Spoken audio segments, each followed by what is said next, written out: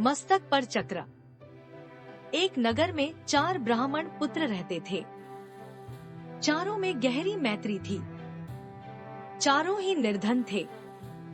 निर्धनता को दूर करने के लिए चारों चिंतित थे।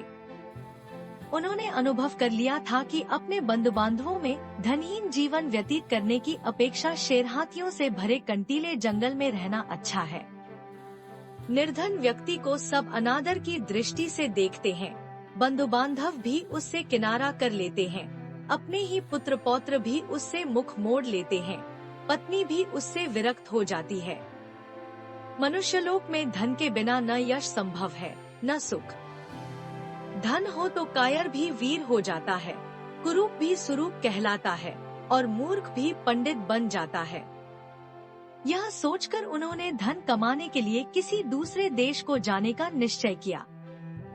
अपने बंधु बांधवों को छोड़ा, अपनी जन्मभूमि से विदा ली और विदेश यात्रा के लिए चल पड़े। चलते चलते क्षिप्रा नदी के तट पर पहुँचे। वहाँ नदी के शीतल जल में स्नान करने के बाद महाकाल को प्रणाम किया। थोड़ी दूर आगे जाने पर उन्हें एक जटाजुटधारी योगी दिखाई दिए। इन योगिराज का नाम भैरवानंद था। योगिराज इन चारों नौजवान ब्राह्मण पुत्रों को अपने आश्रम में ले गए और उनसे प्रवास का प्रयोजन पूछा। चारों ने कहा, हम अर्थ सिद्धि के लिए यात्री बने हैं। धनोपार्जन ही हमारा लक्ष्य है। अब या तो धन कमा कर ही लौटेंगे या मृत्यु का स्वागत करेंगे। इस धनहीन जीवन से मृत्यु अच्छी है। योगिराज ने उनके निश्चय की परीक्षा के लिए जब यह कहा कि धनवान बनना तो दैव के अधीन है, तब उन्होंने उत्तर दिया, यह सच है कि भाग्य ही पुरुष को धनी बनाता है, किंतु साहसिक पुरुष भी अवसर का लाभ उठाकर अपने भाग्य को बदल लेते हैं। पुरुष का पौरुष कभी कभी दैव से भी अधिक बलवान हो जाता है। इसलिए आप हमें भाग्य का नाम लेकर निरुत्साहित न करें। हमने अब धनोपार्जन का प्रण पूरा करके ही लौटने का निश्चय किया है। आप अनेक सिद्धियों को जानते हैं। आप चाहें तो हमें सहायता दे सकते हैं, हमारा पथ प्रदर्शन कर सकते हैं। योगी होने के कारण आपके पास महती शक्तियाँ हैं। हमारा निश्चय भी महान है। महान ही महान की सहायता कर सकता है। भैरवानंद को उनकी दृढ़ता देखकर प्रसन्नता हुई। प्रसन्न होकर धन कमाने का एक रास्ता बतलाते हुए उन्होंने कहा, तुम हाथों में दीपक लेकर हिमालय पर्वत की ओर जाओ। वहाँ जाते जाते जब तुम्हारे हाथ का दीपक नीचे गिर पड़े तो ठहर जाओ। जिस स्थान पर दीपक गिरे उसे खोदो, वहीं तुम्हें धन मिलेगा। धन लेकर वापस चले आओ। चारों युवक हाथों में दीपक लेकर चल पड़े। कुछ दूर जाने के बाद उनमें से एक के हाथ का दीपक भूमि पर गिर पड़ा। उस भूमि को खोदने पर उन्हें ताम्रमयी भूमि मिली।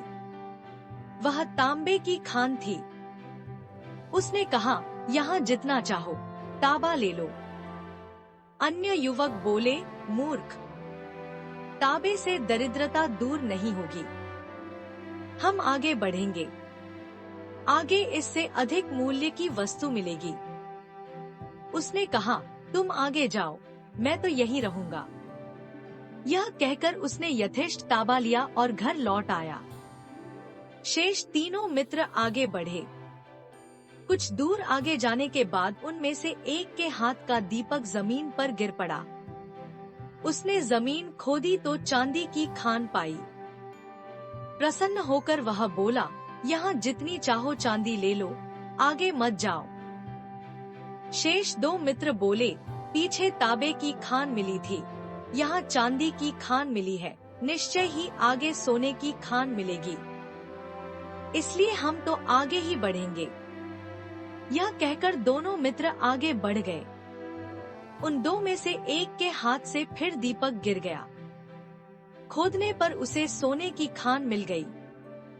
उसने कहा, यहाँ जितना चाहो सोना ले लो, हमारी दरिद्रता का अंत हो जाएगा। सोने से उत्तम कौन सी चीज है? आओ सोने की खान से यथेष्ट सोना खोद ले और घर ले चले। उसके मित्र ने उत्तर दिया, मूर्ख, पहले तांबा मिला था, फिर चांदी मिली, अब सोना मिला है, निश्चय ही आगे रत्नों की खान होगी। सोने की खान छोड़ दे और आगे चल। किंतु वह न माना। उसने कहा, मैं तो सोना लेकर ही घर चला जाऊंगा, तूने आगे जाना है तो जा।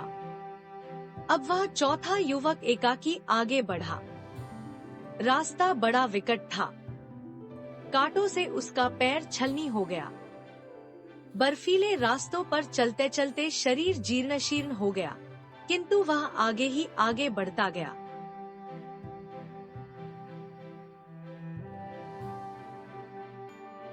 बहुत दूर जाने के बाद उसे एक मनुष्य मिला, जिसका सारा शरीर खून से लथपथ था और जिसके मस्तक पर चक्र घूम रहा था। उसके पास जाकर चौथा युवक बोला, तुम कौन हो? तुम्हारे मस्तक पर चक्र क्यों घूम रहा है? यहाँ कहीं जलाशय है तो बतलाओ, मुझे प्यास लगी है। यह कहते ही उसके मस्तक का चक्र उतरकर ब्राह्मण युवक के मस्तक पर लग गया। युवक के आश्चर्य की सीमा न रही। उसने कष्ट से कराहते हुए पूछा, यह क्या हुआ? यह चक्र तुम्हारे मस्तक से छूटकर मेरे मस्तक पर क्यों लग गया? अजनबी मनुष्य ने उत्तर दिया, मेरे मस्तक पर भी यह इसी तरह अचानक लग गया था। अब यह तुम्हारे मस्तक से तभी उतरेगा जब कोई व्यक्ति धन के लोभ में घूमता हुआ यहाँ तक पहुँचेगा और तुमसे बात करेगा। युवक ने पूछा, यह कब होगा? अजनबी, अब कौन राजा राज्य कर रहा है? युवक, वीणा वत्सराज। अजनबी, मुझे काल का ज्ञान नहीं। मैं राजा राम के राज्य में दरिद्र हुआ था और सिद्धि का दीपक लेकर यहाँ तक पहुँचा था। मैंने भी एक और मनुष्य से यही प्रश्न किए थे जो तुमने मुझसे किए हैं। युवक, किंतु इतने समय में तुम्हें भोजन व जल कैसे मिलता रहा? अजनबी, यह चक्र धन के अति लोभी पुरुषों के लिए बना है। इस चक्र के मस्तक पर लगने के बाद मनुष्य को भूख, प्यास, नींद, जरा, मरण आदि नहीं सताते। केवल चक्र घूमने का कष्ट ही सताता रहता है। वह व्यक्ति अनंत काल तक कष्ट भोगता है। यह कहकर वह चला गया और वह अति लोभी ब्राह्मण युवक कष्ट भोगने के लिए वहीं रह गया।